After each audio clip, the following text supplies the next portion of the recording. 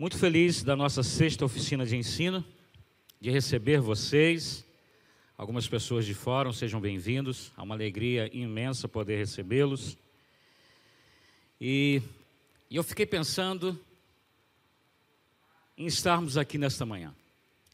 O que nos motiva a estar aqui nessa manhã, não vim pregar, tá? Fiquem em paz, vocês vieram vir aqui outros homens de Deus, muito mais capacitados, que em breve vou estar anunciando aqui. Mas eu fiquei pensando nessa noite, na qual eu dormi muito pouco, nessa noite para amanhã, que eu dormi muito pouco. Talvez esse seja o motivo de eu ter falado isso. Ansioso por esse dia, né? Eu sou muito ansioso. Mas o que nos leva a estar aqui? E eu entendi o que me leva a estar aqui, amados, são o que Paulo vai dizer lá no final, no início, na verdade, na sua parte prática da sua carta de Romanos, depois dele expor toda a doutrina do Evangelho e nos mostrar as misericórdias de Deus sobre as nossas vidas, né? Estarmos aqui é por causa das misericórdias de Deus. E eu entendi que estar aqui, o motivo de estar aqui é porque eu sou muito grato ao Senhor. Muito grato ao Senhor. Eu entendo que todos vocês também são muito gratos ao Senhor pelas suas muitas misericórdias sobre as nossas vidas. Porque é por meio de Cristo que nós fomos reconciliados novamente com Deus. É por meio de Cristo que hoje nós possamos viver uma vida de santidade, porque nós nascemos de novo. Então o que nos traz essa manhã aqui é que nós queremos viver uma vida que glorifique a Deus em tudo que fazemos. E como professores não é diferente isso. Nós temos essa incumbência em um momento tão difícil que vivem a nossa geração, de ensinar a verdade do Evangelho. Onde muitas das vezes o Evangelho tem sido tratado por muitas comunidades cristãs, como se alguém dasse a uma comunidade somente 20% do Evangelho. Porque se nós ensinarmos tudo o que compete do Evangelho, muitas pessoas não querem mais ficar na igreja.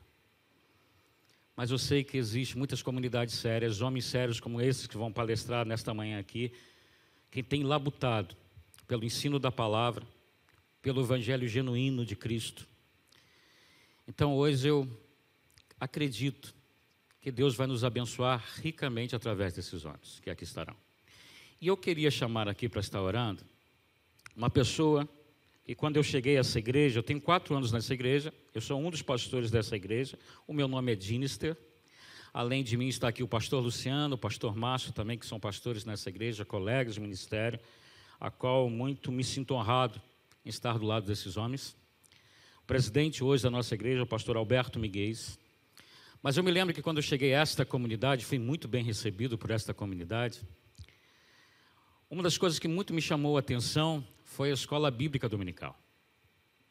E aquilo me despertou, porque eu sempre trabalhei com escola bíblica dominical antes de ser pastor. Sempre trabalhei na área de ensino. E foi uma coisa que me alegrou muito meu coração, porque eu vi que havia 2 palestras no ano para o aperfeiçoamento dos professores. Então eu queria chamar aqui alguém que é responsável por isso. Hoje eu trabalho junto dela. Hoje eu posso dizer que Deus me deu um presente, porque hoje ela é minha amiga, né? A gente se fala quase todos os dias em relação à educação da igreja. Então eu queria chamar aqui a irmã Sônia. Eu não estou vendo, não sei se ela se escondeu de mim, mas eu quero que ela esteja aqui. Minha querida, vem aqui.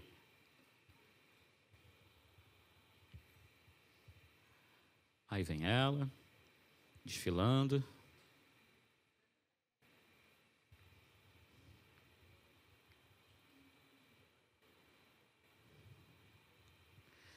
Essa moça aqui é responsável pela nossa 6ª oficina de ensino, algo que Deus colocou no coração dela. Eu tenho aprendido muito com ela e sou grato a Deus pela vida da irmã Sônia.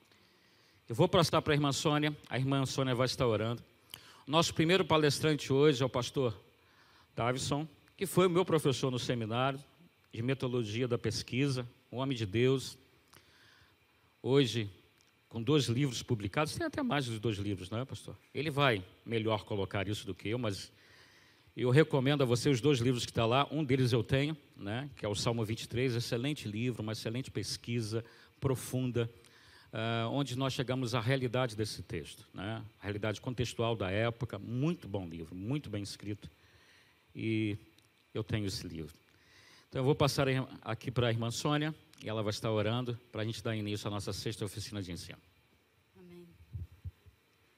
A honra e a glória é do Senhor Jesus sempre, né? Eu agradeço a Deus essa oportunidade de, mais uma vez, nós estarmos preparando esse evento. A gente corre um pouquinho, a gente fica preocupado, mas, graças a Deus, Deus sempre está no comando de tudo, e nós agradecemos a Ele por isso. A honra e a glória é dEle.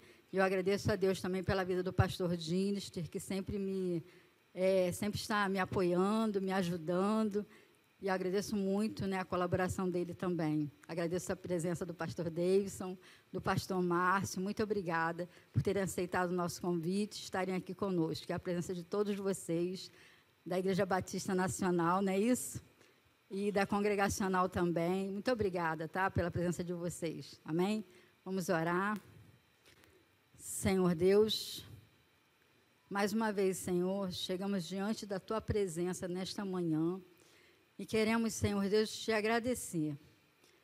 Agradecer ao Senhor, Pai, por essa oportunidade de estarmos aprendendo, Senhor Deus, de estarmos nos capacitando, estarmos nos aprimorando, Senhor Deus, para o ensino da Tua palavra. Obrigada, Senhor Deus, por ter nos escolhido para estarmos aqui nesta manhã, Senhor, e ter nos escolhido também, Senhor, para o ensino, Senhor Deus, da Tua palavra. Fica conosco, nos ajuda, Senhor Deus, nos orienta, Senhor Deus, ser com cada palestrante, Senhor Deus, em nome de Jesus, e que tudo que for feito, Senhor Deus, seja para honrar e glorificar o Teu nome. Assim nós te pedimos e te agradecemos, Pai, em nome de Jesus. Amém. Bom dia, meus queridos. Shalom a todos. Todos conseguem me ouvir? Graças a Deus. Eu sou o pastor Davidson Bignon. Quero agradecer imensamente ao pastor Dinister, a nossa irmã Sônia também, minha aluna no seminário. Acho que ela gosta das aulas que eu dou, não sei. Tem que perguntar ela depois. Também fui professor do pastor Dinister, na época que ele estudava no seminário, né, como ele mesmo disse. E para mim é uma grande alegria estar com vocês aqui, para estar também trazendo essa meditação, né, e também esse conteúdo sobre uma área muito importante na nossa vida eclesiástica, na vida de todo servo de Deus, que é a Escola Bíblica Dominical. Também quero trazer o meu abraço aos pastores Márcios, que eu conheci hoje, né? E a minha esposa também é Márcia. Então, se eu fosse apresentá-la aos 2 pastores, eu falava, prazer, Márcio, minha esposa Márcia. Não é? Seria bem interessante se isso acontecesse. Mas, enfim, eu quero me apresentar aos queridos, né? Como o pastor Dinister disse, eu tenho alguns livros, mas vou falar deles daqui a pouquinho. Tenho mais de 10 livros publicados, entre e-books e também livros impressos. De modo que eu consegui trazer apenas 2 livros aqui e vou explicar para vocês, né, como que tudo vai acontecer. Vocês conseguem ver na tela o tema da nossa oficina, Diretrizes para a Educação Cristã, a fim de formar professores eficazes. E como está na sua tela, eu sou o reverendo Davidson Bignon, pastor congregacional, mestre em ciências da religião, teólogo, professor, escritor. Eu integrei a equipe de revisores da Bíblia de Estudo Matthew Henry, que hoje é publicada pela Sociedade Bíblica do Brasil. Também sou publisher editorial. Eu sou dono da editora Contextualizar. Então, se você, por exemplo, é autor iniciante e quer publicar o seu livro, em especial o seu primeiro livro, faça contato comigo. Pode você vai receber, né, o nosso projeto editorial e tenho certeza que vai ser bastante interessante para você. Aqui na tela você vê o meu livro mais recente, que é o livro Revelações Originais do Salmo 23. É esse o livro que o pastor Dinester fez referência. Ele deu o testemunho dele de que ele leu o livro, ele gostou bastante, e nesse livro eu comento o Salmo 23, palavra por palavra, versículo por versículo, na língua original em hebraico. Isso porque eu sou professor de hebraico bíblico e exegese do Antigo Testamento no seminário também, no Seminário Congregacional de Niterói. Então, eu descobri assim, muitas pepitas de ouro em cada palavra que se encontra lá no Salmo 23, na sua língua original. Então, depois que você ler esse livro, você jamais recitará o Salmo 23 da mesma maneira, ok? Eu convido você, portanto, a conhecer essa minha obra lá no meu canal do YouTube. É só você colocar o meu nome lá no YouTube. Você vai ver lives, programas de podcast, vai ver bastante material com playlists especiais que eu fiz sobre esse livro do Salmo 23. Ali você já consegue ter um gostinho a mais sobre o que vem no livro. E se você quiser, eu trouxe esse livro aqui para oferecer aos irmãos também.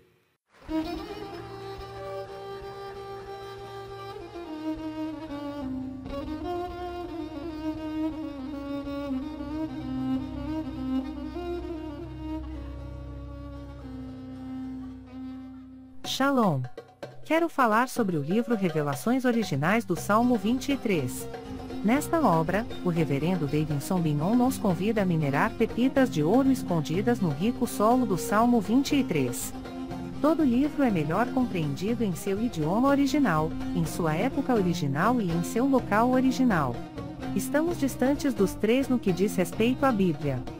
Assim como o pastor guia as ovelhas, o reverendo tomará pela mão e o guiará em todo o trajeto para entender o Salmo 23 com todas as suas nuances que, infelizmente, se perdem em português. Numa época onde se tenta falsificar o sentido das escrituras utilizando os idiomas originais, o reverendo Bignon nos traz uma tradução correta do Salmo, e uma interpretação sóbria, sem exageros dos termos em hebraico que sofrem prejuízo na tradução para a língua portuguesa. Coisa horrível é comprar bijuteria pensando ser joia rara. Aqui não é o caso. Realmente você aprenderá a minerar pepitas de ouro com este livro. As minhas já estão guardadas no cofre. Você se surpreenderá e se emocionará com a profundidade dos sentidos das palavras do Salmo 23. Espero que este livro seja um refrigério para a sua alma, assim como foi para a minha. E que você entenda que, mesmo que esteja passando por um deserto escaldante agora, o Divino Pastor lhe guiará até águas frescas e tranquilas. Assim, para ter uma boa leitura, acesse o link na descrição.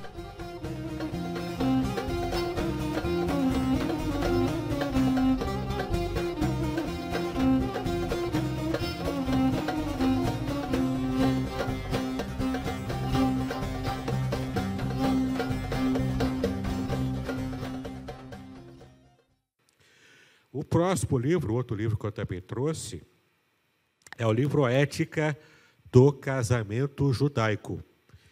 Esse livro é a publicação da minha monografia de mestrado em Ciências da Religião, de modo que você vai aprender todas as questões relacionadas à ética do casamento, da vida em família, inclusive como a Bíblia vê diversos temas transversais ao casamento e à vida em família, de acordo com a lei de Deus.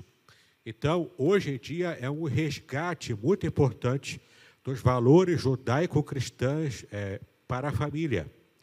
Por quê? Porque hoje em dia nós vemos diuturnamente sendo atacados esses valores.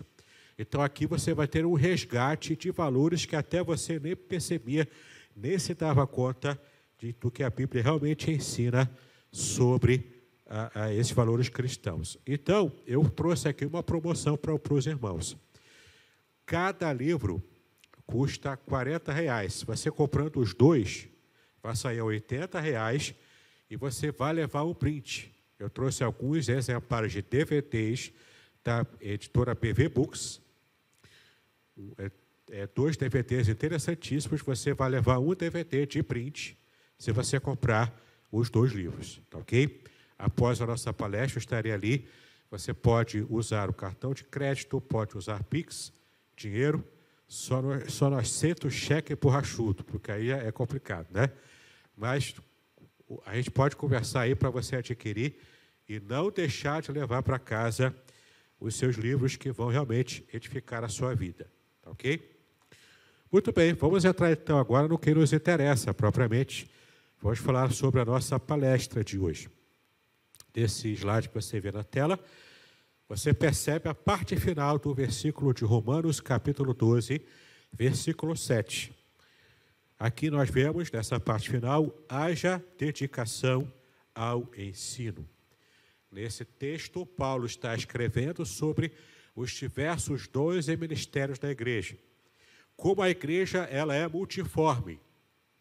O que é muito interessante, porque a gente percebe, por exemplo, seitas que argumentam contra a fé cristã e usam como argumento de que a gente não seria, por exemplo, a igreja verdadeira, mostrando, olha, vocês são tão divididos que é impossível Deus agir com um grupo tão dividido como vocês. E aqui vem a grande resposta. O capítulo 12 de Romanos mostra para nós o quanto Deus trabalha com diversidade e não com uniformidade. Então, Deus usa a diversidade, trazendo ali a unidade na diversidade, o que é muito diferente de uniformidade. Quando pensamos em uniformidade, pensamos então em algo artificial, algo planejado, algo produzido. Em português assim mais popular, é como se estivéssemos forçando a barra para mostrar algo que realmente não existe. Então, uniformidade não é o valor bíblico. O valor bíblico é a diversidade, mas toda essa diversidade sendo condensada em unidade. Unidade de pensamento, unidade de propósito, unidade provocada e produzida pelo Espírito Santo de Deus. O que é muito diferente de estarmos buscando artificialmente fazer a uniformidade. Então, o que Paulo está dizendo é o seguinte: há muitos ministérios, há muitos dons. E com respeito ao dom que nos interessa, que é o dom de ensino, que haja dedicação a esse ensino. Uma dedicação exclusiva a esse ensino. Um esforço para que seja um ensino de referência, um ensino realmente de excelência, a ponto de alcançarmos muitas vidas através desse ensino de excelência. Então, como podemos buscar o padrão de excelência, especialmente nos dias de hoje, em que a gente percebe o quanto os valores judaico-cristãos estão sendo vituperados em nossa própria sociedade.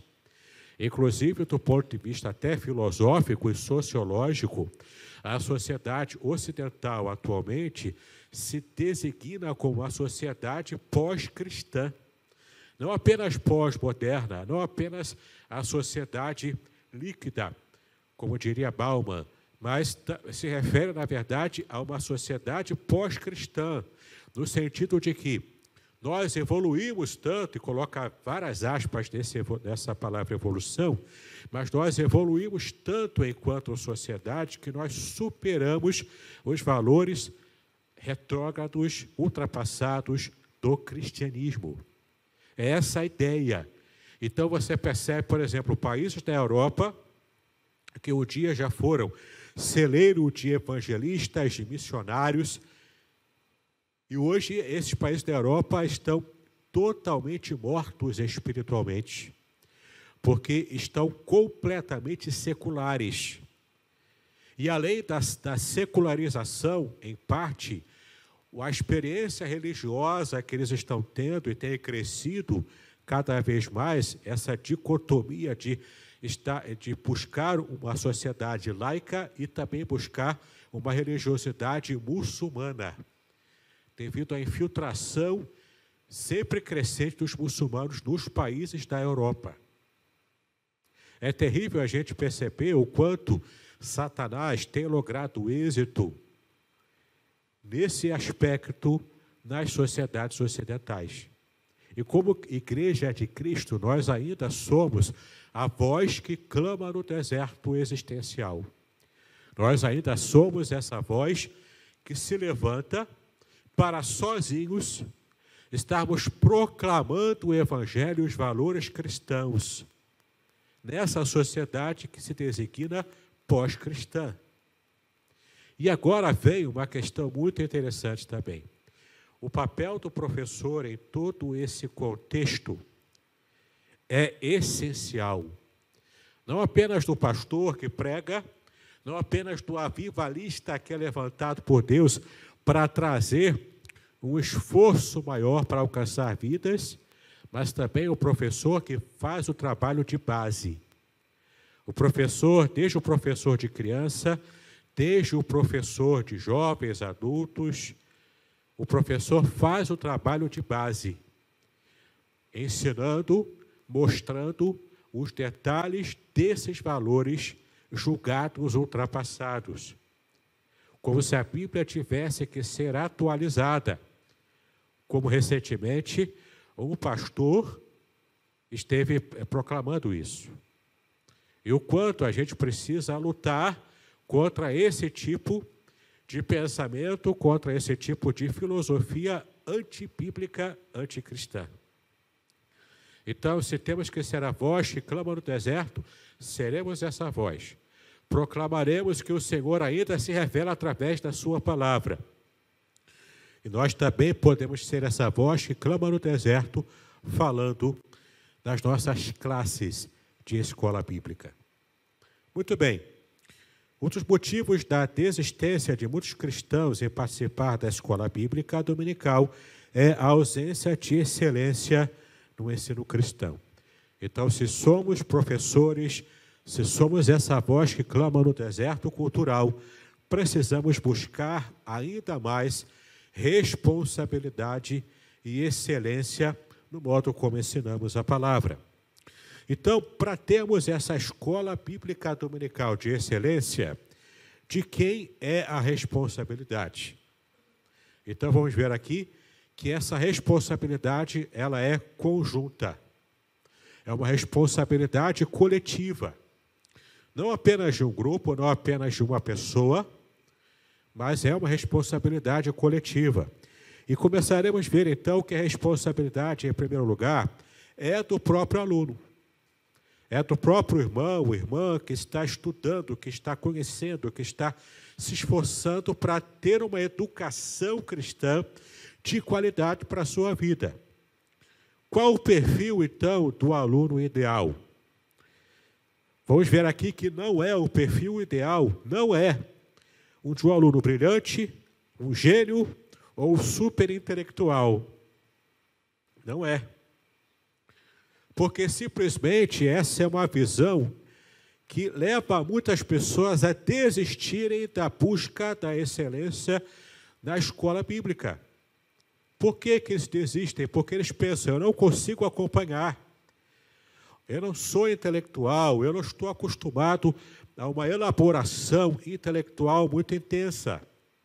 Eu não consigo alcançar isso. Isso, na verdade, é uma pedra no caminho. Isso, na verdade, é uma desculpa para que não esteja alcançando a excelência, fazendo o seu papel de aluno. Então, qual é, de verdade, o perfil desse aluno ideal? Desse aluno que vai colaborar com a sua própria instrução bíblica. Ele é dedicado, assíduo, pontual e responsável. É dedicado no aprendizado. Ele, portanto, vai ler a revista de escola dominical, vai acompanhar a leitura semanal da Bíblia, vai fazer anotações de suas dúvidas, vai usar os instrumentos que tem, como a internet, o celular, livros que tiver na biblioteca. Se tiver várias versões da Bíblia em português ou até em outras línguas, vai fazer a consulta nessas línguas, para que ele, como aluno, possa realmente chegar em sala de aula, em classe, e ter algo para colaborar com o professor e com os seus colegas.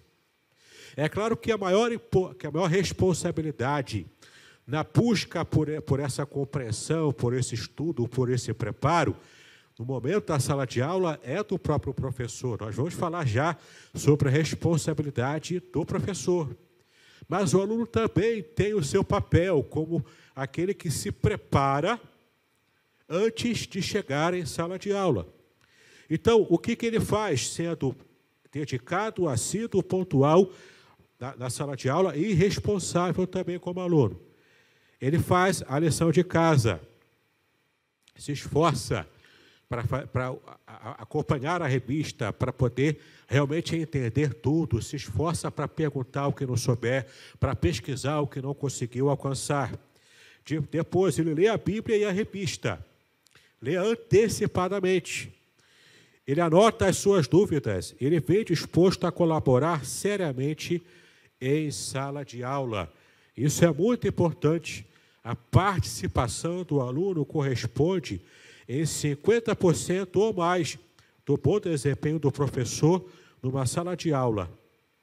Ou seja, uma classe que tenha alunos esforçados colabora em mais de 50% para uma aula dinâmica, interessante e, de fato, abençoadora, onde os valores cristãos estão sendo reafirmados nessa classe especial.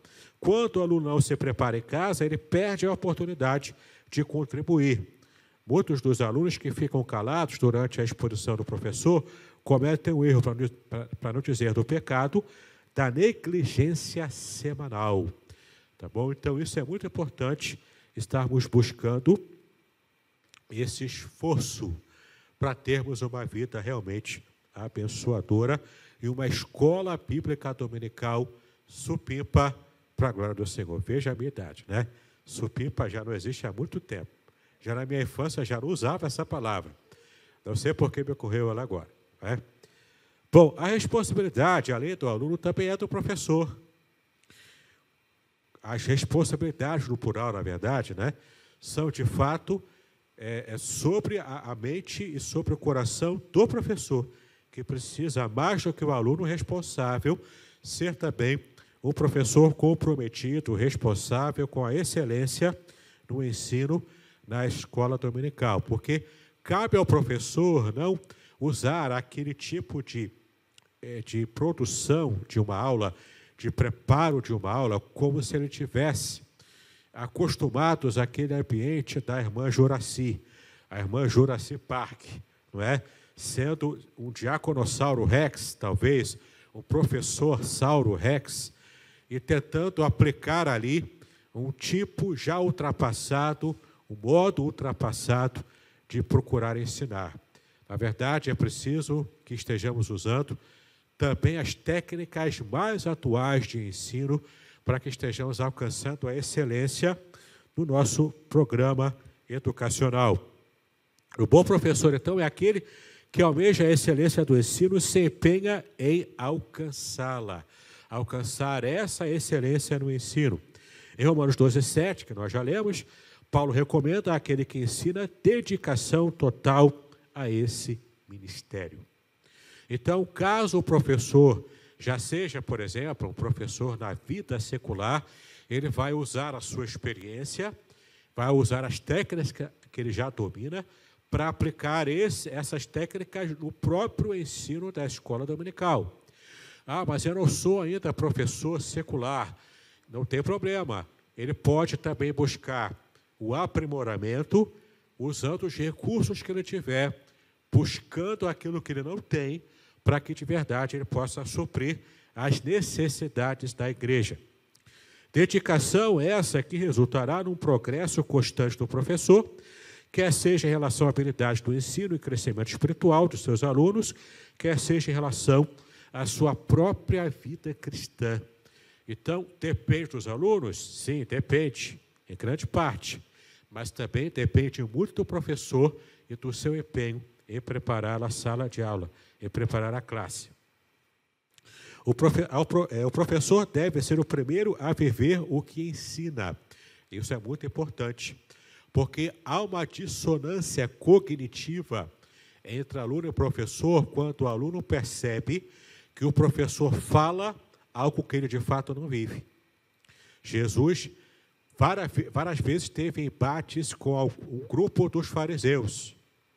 O grupo dos fariseus que estava vivendo a sua fé farisaica, a sua fé em hipocrisia. E aqui cabe uma ressalva. Não é contra todos os fariseus que Jesus se embatia, que Jesus tinha problemas. Pelo contrário, no começo do ministério de Cristo, ele era convidado a falar nas sinagogas pelos fariseus. O que Jesus ensinou em todo o seu ministério estava em bastante consonância com o tipo de pensamento e teologia do farisaísmo. Aliás, a palavra fariseu em hebraico, fushim, significa os separados, os puros, aqueles que se separavam. E esse era um mote especial na própria vida de Cristo, porque na visão judaica de mundo, Israel era um povo separado por Deus, santo no sentido de separado, para poder ser exemplo para o mundo. Então, o problema em si dos fariseus não era a teologia que eles usavam, mas era a prática desassociada do que falavam, do que ensinavam, da sua teologia. Então, esse é um pecado que muitas vezes nós também, como professores, incorremos. Não podemos ensinar algo que de fato não aplicamos em nossa vida. Isso é muito importante, porque o aluno tanto recebe e assimila aquilo que falamos em classe, quanto também assimila aquilo que nós não falamos, mas exemplificamos, mas modelamos com o nosso estilo de vida. Então é muito importante que você aprenda a viver primeiro o que ensina depois. E então você vai estar contribuindo para uma educação cristã realmente eficaz. A classe nunca deve ser subestimada.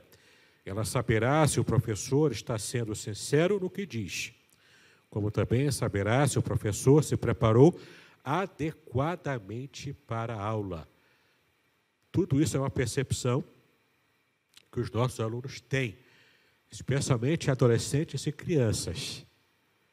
Quem já é professor de adolescente e criança sabe o quanto ser exemplo fala muito mais alto do que qualquer tipo de ênfase que você der em palavras. Fazer pesquisa de última hora e preparar a aula às pressas nunca dá certo. Quando o professor não se esforça para fazer o melhor, ele não apenas desrespeita seus alunos, como peca contra Deus. E é muito interessante a gente perceber aqui o quanto é uma prática terrível que muitos professores fazem. Correu a semana toda secularmente. Aí é no sábado de tarde, ou até pior, no sábado à noite, que ele vai correr lá para ler a revista, fazer algum tipo de preparo para no dia seguinte de manhã ele já está aplicando a lição. Meu irmão, minha irmã, por amor de Genésio, não faça isso. Tá? Se prepare com excelência, com esforço. Você não precisa organizar tudo no último dia. Você pode, durante a semana, ir pegando o seu esforço na lição da semana. Valendo os versículos a cada dia de semana, você prepara um tópico por dia durante a semana. No sábado, você organiza tudo, arremata, para que no domingo você consiga realmente, com tranquilidade, com segurança, aplicar o conteúdo para o qual você se preparou. Não deixa tudo para a última hora. Não faça isso. Você tem um compromisso com a excelência, primeiro diante de Deus, depois diante dos alunos, e em terceiro lugar, diante da igreja, da direção, na qual você está submetido.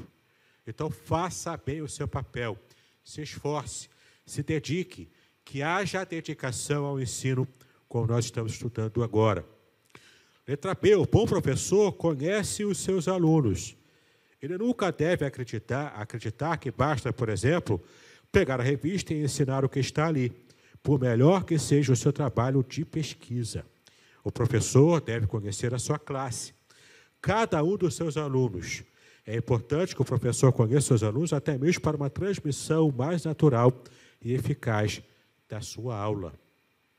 E conhecer o aluno é saber o drama do aluno, conhecê-lo pelo nome, saber quem é da sua família, se tem família descrente, se a família toda está também na mesma igreja, se está em outra igreja, conhecer as lutas, os dramas. Como é que ele vai fazer isso? Convivendo. Conhecendo, conversando, convivendo. Não é apenas o professor domingueiro, mas se não tem muito contato com o aluno durante a semana, hoje em dia é tão fácil com o celular, passa um WhatsApp, pergunta como está, faz uma ligação. E você consegue ter contato. O professor, em certo aspecto, é também pastor dos seus alunos. A professora também é, em certo aspecto, pastora dos seus alunos. Então, precisa haver essa preocupação pessoal. É um trabalho pessoal. Não é um trabalho por atacado. É um trabalho pessoal. Não é? E você vai ver, se o professor tiver esse esforço, isso faz toda a diferença. Amém? O professor deve utilizar sempre a Bíblia como referencial absoluto. Aqui, ó, a palavra de Deus. A escola é bíblica dominical. A escola não é revistal dominical, não é. É bíblica. Você ensina a Bíblia. A revista é apenas um esforço, apenas um recurso instrumental. Mas a sua base, o seu chão, é a Bíblia. Afinal, você não é testemunho de Jeová. Testemunho de Jeová que se baseia na revista. Entendeu? Você se baseará na Bíblia. Ela que é a sua base. Ela que é, de fato, a palavra de Deus. Então, o professor deve utilizar-se sempre da Bíblia como referencial absoluto. Elaborar pesquisas e anotações, buscando em outras fontes, subsídios, para a complementação das lições. Então, vem aqui esse esforço, inclusive, para montar uma biblioteca adequada. O que não falta é comentário bíblico, o que não falta são sites, são canais de YouTube, para você pesquisar, para você assistir vídeos, para você ler livros também. Tem muitos livros com promoções atualmente. Você nem precisa mais sair de casa para comprar livro, pela internet você consegue comprar, chega lá na sua casa, não há desculpas. Não há desculpas. O que não falta são recursos para o professor ter uma aula abençoadora, enriquecedora e de excelência para com os seus alunos. Planejar a administração das aulas também, relacionando-as entre si, para que haja coerência e se evite a antecipação da matéria. Então, vai se preparando, vai também planejando, vamos ver lá no final, na parte da oficina da nossa palavra de agora, vamos fazer um exercício de planejamento de uma aula. Você vai ver a técnica de como se fazer e vai exercitar isso hoje. Evitar o distanciamento do assunto proposto na lição. Assim como pregadores erram quando fogem do texto bíblico da mensagem, começam a falar das experiências da própria vida sem abordar o texto devidamente, professores também erram quando fazem assim. Não fuja do assunto da lição. As suas experiências pessoais são importantes, são interessantes, chamam a atenção dos alunos, mas você deve abrir esse parêntese, falar rapidamente da sua experiência, que esteja conectado, claro, com o assunto, e depois voltar novamente para o assunto. Senão você faz uma digressão e se perde no labirinto das informações. Não é? Isso não é didático, não facilita para o aluno a compreensão do texto bíblico, que é o que realmente nos interessa. Então, evite esse distanciamento. Dinamize a aula sem monopolizar a palavra, oferecendo respostas prontas. Esse é o erro que muitos de nós cometemos. Achamos que temos que ter resposta para tudo. Ah, mas eu nunca estudei aquilo. O aluno perguntou agora. É ao vivo, como é que eu faço? Se eu não souber responder, eu vou passar a imagem de que eu não estou preparado. E eu, aliás,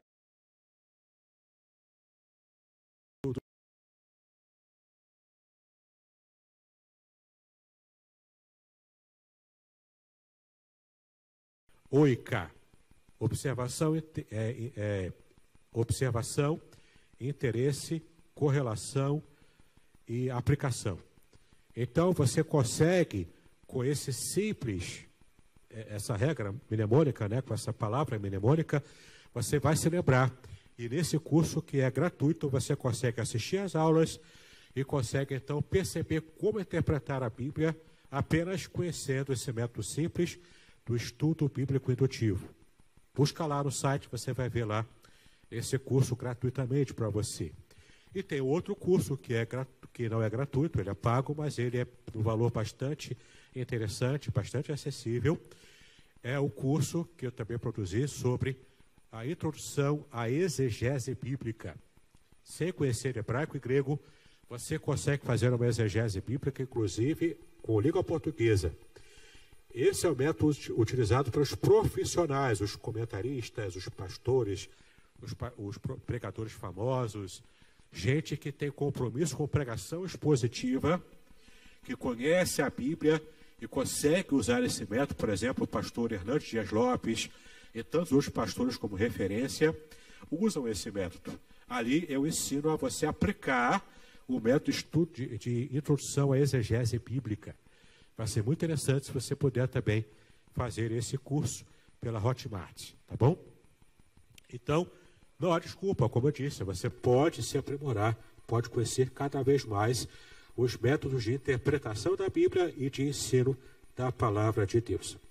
No final da aula, procure despertar os alunos quanto ao próximo assunto a ser estudado, mostrando-lhes a possibilidade de aprenderem coisas novas e incentivando-os a estudar durante a semana. Sempre faça isso. Depender sempre da iluminação do Espírito Santo, orando, estudando e colocando-se diante de Deus como instrumento para a instrução de outras pessoas. Verificar a transformação na vida dos alunos, a fim de avaliar o êxito do seu trabalho. Então, sempre busque avaliar os seus alunos. Isso é muito importante. Essa avaliação faz, então, com que você esteja recebendo um feedback. Claro, produzido por você mesmo, mas ainda assim um feedback de como está o aprendizado daquilo que você está mostrando e ensinando. Duas falhas têm levado muita gente a perder o interesse pela educação cristã. Duas falhas cometidas por professores. A primeira delas, a falta de criatividade do professor. E a segunda, a falta de dinâmica das aulas. Criatividade é uma palavra importante, uma palavra interessante, porque isso vai despertar o interesse do seu aluno. Mas, por favor, não seja criativo exageradamente. Você vai ver o porquê. Eu soube de um professor de escola dominical numa igreja americana que foi para a classe vestido de cowboy, com chapéu e tudo, chapelão. Arma de espoleta. Quando os alunos chegavam, ele chegou primeiro, quando os alunos chegavam para a classe, ele sacava a arma de espoleta e falava, mão ao alto. Trouxe a Bíblia, trouxe a revista. Se o aluno não trouxe nem Bíblia nem revista, ele dava tiro de espoleta e dizia que ele morreu espiritualmente, algo assim, não é? Não seja criativo a esse ponto, por amor de Deus, não é? Mas seja criativo, tá bom? Use criatividade, mas o bom senso atrelado a essa criatividade, não é? Seja espirituoso, seja engraçado, ok? Faz parte do jogo, mas tenha bom senso, né? Isso ajuda bastante, tá bom? Se vai pagar mico, pague mico, pelo menos com bom senso, certo? Professor, faça da sua aula algo interessante. Seja criativo, gaste tempo nisso. Criatividade e dinamismo são, em boa parte, o segredo do sucesso do professor eficaz, tá bom? Então, seja dinâmico e criativo. Isso faz também bastante diferença na forma com que você vai estar aplicando a lição. Muito bem, a responsabilidade, então, é do aluno, a responsabilidade também é do professor, em grande medida. Mas também a responsabilidade é dos pais, quando o aluno é uma criança. Aqui eu falo especialmente para os pais de criancinhas, né? Que vai levar seu filho, a sua filha, para a escola dominical, para o tio, para a tia cuidar dessa criança durante aquele tempinho que está acontecendo a escola dominical, cerca de 2 horas aproximadamente. A responsabilidade dos pais crentes é dupla, com respeito ao seu filho. Os pais precisam ser assíduos e frequentes na escola bíblica dominical. Para quê? Para ser modelo. A sua criança, o seu filho, vai observar você. E se você for relapso com a escola bíblica dominical, ele vai crescer com essa cultura implantada na sua mente. Então, depois que virar adolescente, e acredite, você vai me agradecer se você já torceu o pepino desde criança. Quando ele chegar na adolescência, em tese, você vai ter menos problemas se lá no começo, lá do berço, você se importou em ser exemplo para ele no que diz respeito a levar a sério as coisas de Deus. Então, os pais precisam ser assíduos e frequentes na escola bíblica dominical. A presença dos pais é imprescindível, pois são modelo para os filhos. E, além disso, os pais também precisam levar os seus filhos à escola bíblica dominical. Não apenas eles irem e gostarem, apreciarem a escola, mas também levar os filhos. Fazer isso de modo consistente, para que a criança esteja se habituando àquele ambiente da escola bíblica dominical. Então, os filhos desejam e precisam ver nos pais a seriedade no trato com as coisas de Deus. Então, muitas vezes, o filho está observando, a menininha ou o menininho, está observando se o pai, se a mãe, lê a Bíblia durante a semana, se faz o culto doméstico ou não. Se quando vai para a escola dominical está realmente presente ali, e não está ali só para vender Avon, vender Natura, e para conversar com a galera. Entendeu? Então, a criança observa mais do que a gente imagina. Então, também depende dos pais a seriedade em estar levando o seu filho e sendo modelo para a sua criança do que é, de fato, amar a Deus e servi-lo, levando a sério também o momento de estudo da palavra na escola bíblica. Esse é um tipo de compaixão que não procede. Que compaixão é essa? Tipo, fomos ao aniversário de uma criança, de um priminho lá da minha criança, no sábado chegamos tarde da noite. Mas a escola dominical domingo é de manhã cedo, 9 horas. Poxa, minha criança vai dormir um pouco, como é que vai acontecer? Ela não vai conseguir acordar. Esse é o tipo de compaixão que não ensina. A criança precisa, inclusive, aprender. Vamos acordar cedo porque é importante e porque vai ser interessante para a sua vida.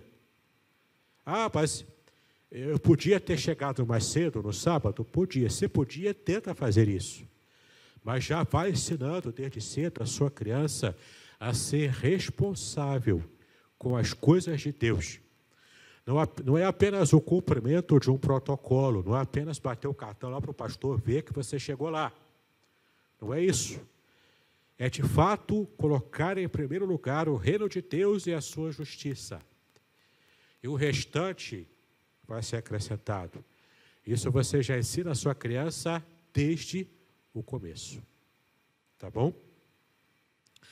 Então, é nessa hora que os pais, amigavelmente, devem mostrar aos filhos que a escola bíblica dominical é especial para toda a família. E essa visão, essa imagem que você está vendo aí na tela, é uma imagem que mostra para nós o quanto a criança está sendo moldada desde cedo dentro da palavra de Deus, o quanto isso é importante para a fundamentação pessoal dessa criança.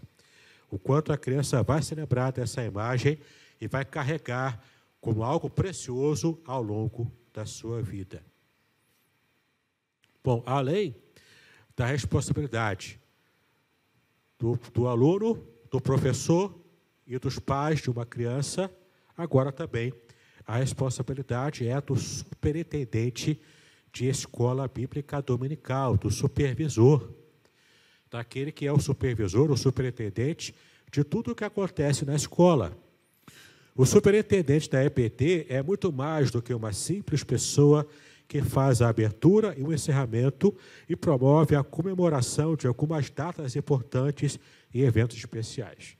Porque em algumas igrejas, o superintendente ele é visto como uma espécie de São Pedro espiritual, evangélico, não é? Porque ele abre e fecha, abre e fecha, abre e fecha e acabou. O superintendente é mais do que isso.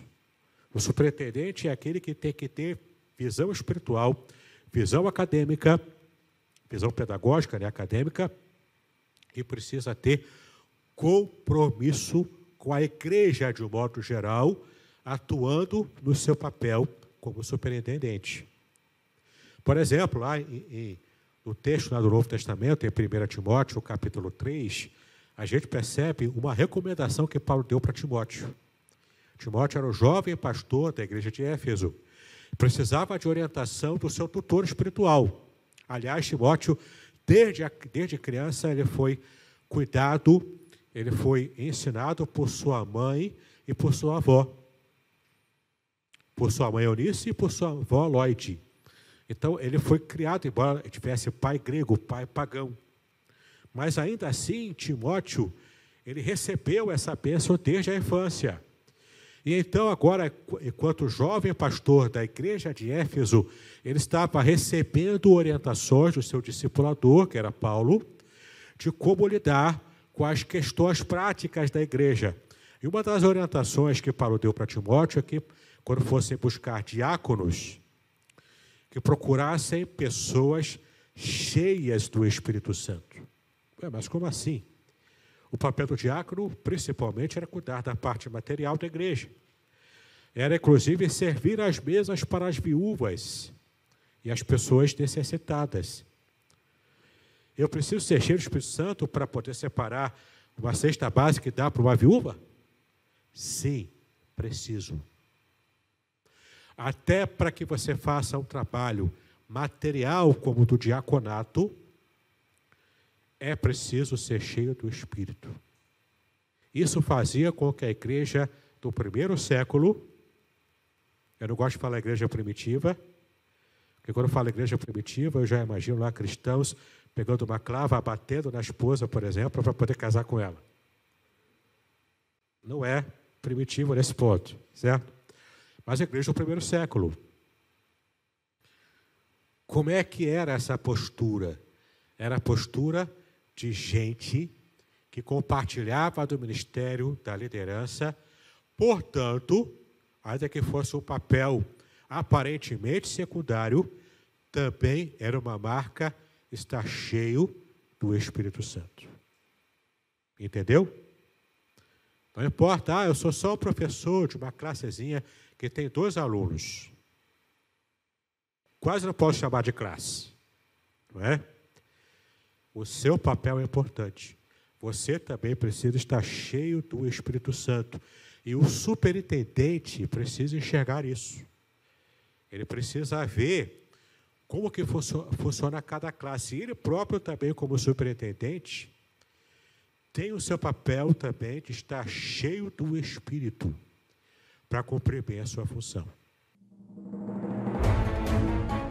Podcast Exegese e Exposição. Exegese on demand para você.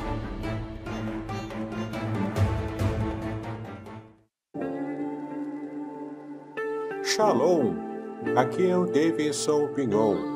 Eu ajudo pastores e líderes cristãos a fazer estudos bíblicos na igreja sem ter problemas com interpretações bíblicas erradas. Então, se você está pensando em compreender a sua Bíblia com segurança, não deixe de assistir a mais conteúdos como este aqui neste canal.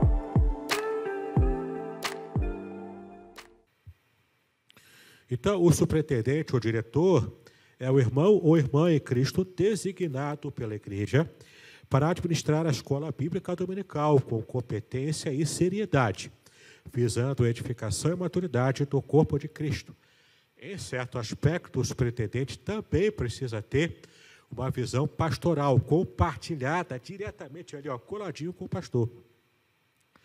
O superintendente, assim como outros departamentos também, mas especialmente o superintendente, precisa trabalhar em consonância com a orientação pastoral.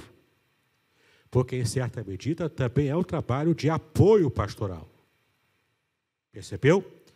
Então, precisa estar em consonância com a visão ministerial do pastor. Ah, mas eu não concordo com o pastor. Eu queria que fosse o pastor fulano de tal, porque ele é louro de olhos azuis. O meu pastor não é assim. Eu queria trocar de pastor. Meu irmão, minha irmã, se você tem esse problema, você não serve para ocupar o cargo de superintendente. Seja sincero, entregue o cargo, deixa para alguém que tenha consonância com o pastor. E meu amigo pastor, meu irmão pastor, você que talvez esteja me acompanhando aqui pela internet, por amor de Deus, tenha uma visão mais assim, interessada, engajada, inteligente, para quem você vai escolher como superintendente da escola dominical. Tem que haver essa consonância. É muito importante que isso aconteça. Antes de tudo, o superintendente deve ser alguém verdadeiramente comprometido com Deus e com a igreja local. Deve ser exemplo dos fiéis, não neófito, ou seja, não convertido, não novo convertido, né? Mas pessoa qualificada para a liderança. Deve ser assíduo e pontual no cumprimento dos seus deveres, irrepreensível na moral, saudável na fé, prudente no agir, discreto no falar e exemplo de santidade de vida. Não é? Assim como o pastor, o superintendente também tem que ser discreto no falar, porque acaba sabendo de um detalhe ou outro, de alguma situação ou outra, não dá para ser fofoqueiro, né? Deus livre e guarde ter um superintendente fofoqueiro. Então não faça assim, seja discreto. Além disso, o superintendente deve ser uma pessoa preparada academicamente.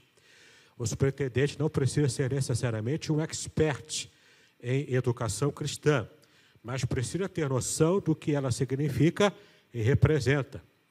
Afinal de contas, é com professores que o superintendente está lidando, e é a qualidade do bom ensino de que ele está supervisionando. Se o superintendente pensar administrativa e pedagogicamente, o que é ideal, ele não apenas saberá conduzir bem a escola bíblica, mas também no sentido de unidade de propósitos, mas também zelará pelo aperfeiçoamento dos seus professores. Então, o que ele pode fazer? Promover encontros, congressos como esse, que a gente está fazendo aqui agora, e uma série de eventos que ajudarão na formação e no aprimoramento dos educadores. Às vezes, por exemplo, envolve conversar com o pastor, pedir que a igreja ajude financeiramente para pagar o curso da APEC, por exemplo, para uma professora, um professor de criança. Pagar um curso intensivo de seminário para um professor de jovens e adultos que pode aprender didática. Então, tem várias formas de você ajudar e investir no seu professor. Finalmente, mas não menos importante, o superintendente precisa ser dinâmico a fim de dinamizar sua escola bíblica dominical. Para isso, ele precisa se atualizar e se inteirar do trabalho de outros superintendentes. Deve ser uma pessoa inovadora, com ideias saudáveis que revigorem a escola dominical.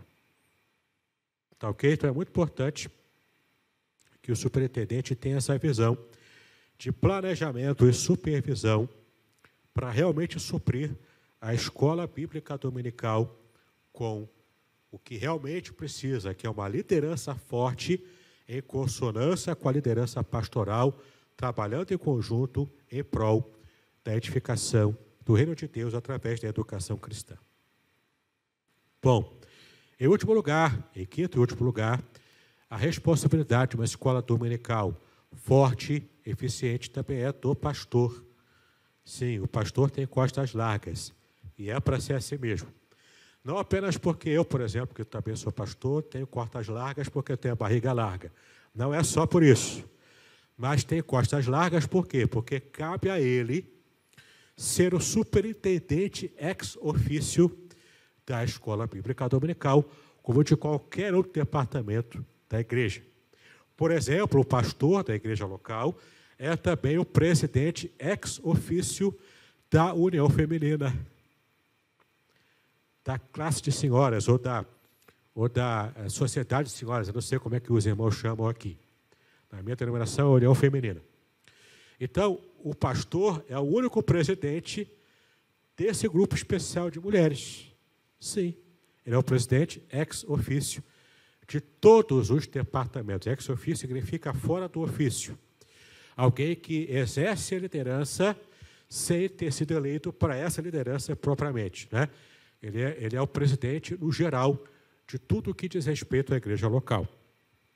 Então, olha o que diz o texto de Efésios 4, de 11 a 15. Você pode ler aí na tela também. Ele mesmo, que aqui se refere a Jesus, então, ele mesmo, Jesus, concedeu uns para apóstolos, outros para profetas, outros para evangelistas e outros para pastores e mestres, com vistas ao aperfeiçoamento dos santos para o desempenho do seu serviço, para a edificação do corpo de Cristo, até que todos cheguemos à unidade da fé e do pleno conhecimento do Filho de Deus, à perfeita varonilidade, à medida da estatura da plenitude de Cristo, para que não mais sejamos como meninos, agitados de um lado para o outro e levados ao redor por todo o vento de doutrina, pela artimanha dos homens, pela astúcia com que induzem ao erro. Então, para sermos esse cristão, essa cristã, firme na sua fé, é preciso, então, que o pastor, que é chamado para essa supervisão geral do rebanho, e também do superintendente, que haja, então, esse esforço conjunto para guiar o rebanho. O pastor também, ele tem, com respeito à sua vocação, essa atribuição do ensino, no mais amplo sentido do termo. E isso é uma característica prioritária do ministério pastoral. O zelo e a responsabilidade doutrinária do pastor o tornam necessariamente ligado à escola bíblica dominical. Portanto, ele é o superintendente ex officio da escola bíblica. Por isso mesmo, ao pastor nunca jamais deve faltar a informação necessária acerca do que está sendo ensinado na escola bíblica dominical. Para isso, o superintendente deve ser o seu maior aliado, o verdadeiro braço direito na condução da igreja.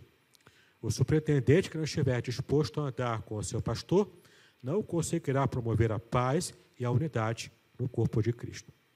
Enfim, o pastor precisa saber o que os professores ensinam ao seu rebanho, quem ensina e como se ensina. Essa informação ele adquirirá primeiramente com o superintendente e através das constantes reuniões com o conselho de ensino da igreja. E agora você percebe aqui como esses valores são importantes. O pastor deve ser um verdadeiro conselheiro no meio dos seus auxiliadores. Então, ele deve estar inserido no meio dos auxiliadores. O pastor não pode ficar sentado na sua sala com ar-condicionado, na sua torre de marfim, apenas dando ordens e sentado lá eternamente em berço esplêndido, deitado eternamente em berço esplêndido. Não, o pastor tem que estar no meio do rebanho. O pastor precisa ter cheiro de ovelha, por mais que às vezes o cheiro seja ruim, mas ele precisa estar lá. Tem que sentir o cheiro da ovelha, tem que sentir o drama de cada uma, não é? E isso envolve, então, envolvimento diretamente no meio do rebanho. Diálogo é fundamental. É imprescindível que o pastor e a liderança da escola falem uma só língua e se ajudem mutuamente, conforme recomenda Paulo. Está aqui em 1 Coríntios 1, versículo 10. Rogo-vos, irmãos, pelo nome de nosso Senhor Jesus Cristo, que faleis todos a mesma coisa, e que não haja entre vós divisões. Antes, sejais inteiramente unidos, na mesma disposição mental e no parecer. Para que haja essa unidade, tem que haver, primeiro, completo enchimento do Espírito Santo em todos os envolvidos. Tem que estar todos cheios do Espírito, e não Nenhuma parte sequer da liderança pode ter essa licença de ter que tentar resolver as coisas na carnalidade. Não pode. Quem gosta de carnalidade é gaúcho, quem gosta de churrasco, certo? Você tem que viver na espiritualidade. Seja espiritual, assim como o seu pastor precisa ser espiritual, certo? Então, nada de picanha na igreja. Seja espiritual, certo? Faça isso em nome de Jesus. Então, busque essa unidade, sendo espiritual, assim como o seu pastor, assim como cada professor, assim como o superintendente, enfim, sejamos todos espirituais. Isso é muito importante na liderança, para que a igreja tenha um direcionamento de fato espiritual dado por Deus. E, além disso, esteja em completa sintonia, o pastor aqui esteja em completa sintonia com os seus liderados. Como eu disse, esteja lá no meio do rebanho, certo? Buscando essa unidade. Pela experiência e formação pastoral que possui, o pastor precisa estar atento às carências dos seus professores e também do superintendente. Ele deve zelar pelo aprimoramento de sua escola dominical, investindo pesado em sua liderança. Precisa indicar e sugerir bons livros, mostrando a importância e valor da leitura. Também é necessário que o pastor incentive a sua liderança a participar e a promover eventos educacionais. O pastor é a chave que abre a porta do sucesso da escola bíblica dominical. Então, se você, pastor, tiver visão pedagógica, além da administrativa, ninguém segurará a sua igreja. Portanto, é necessário que o pastor tenha propósitos permanentes e bem definidos para a escola dominical. Quais devem ser os seus objetivos para a escola dominical? Então, basicamente, os objetivos são: primeiro, promover a edificação da igreja na palavra para o serviço. Sempre para o serviço. Primeiro de Deus, depois dos irmãos. Tá bom? Então, promover a edificação da igreja para alcançar essa condição de servir bem. 2, ganhar vidas para Cristo e discipulá-las. Então, a área de ensino da igreja é importante para a consolidação do que a área de evangelismo conquistou ao buscar e salvar vidas lá fora. O evangelismo traz novos convertidos para a igreja. Os superintendentes da escola dominical, junto com o professor, junto com o pastor, vão consolidar esse novo convertido à fé cristã, vão discipulá-los. E então teremos uma igreja cristã realmente forte. E, por fim, o pastor também deve formar líderes capacitadores, capacitados e capacitadores de outros, para que esteja, então, multiplicando a liderança da igreja. Isso chama-se mentoria. O pastor tem que ser o mentor. O povo da antiga aí vai lembrar do mentor do He-Man. Não é isso que eu estou falando. Mentorear é ensinar, tá ok? É ser professor de professores, é ser líder de líderes, multiplicando, então, a liderança. Finalmente, se desejamos conquistar um padrão de excelência na EBD, precisamos colocar no lugar certo a pessoa certa.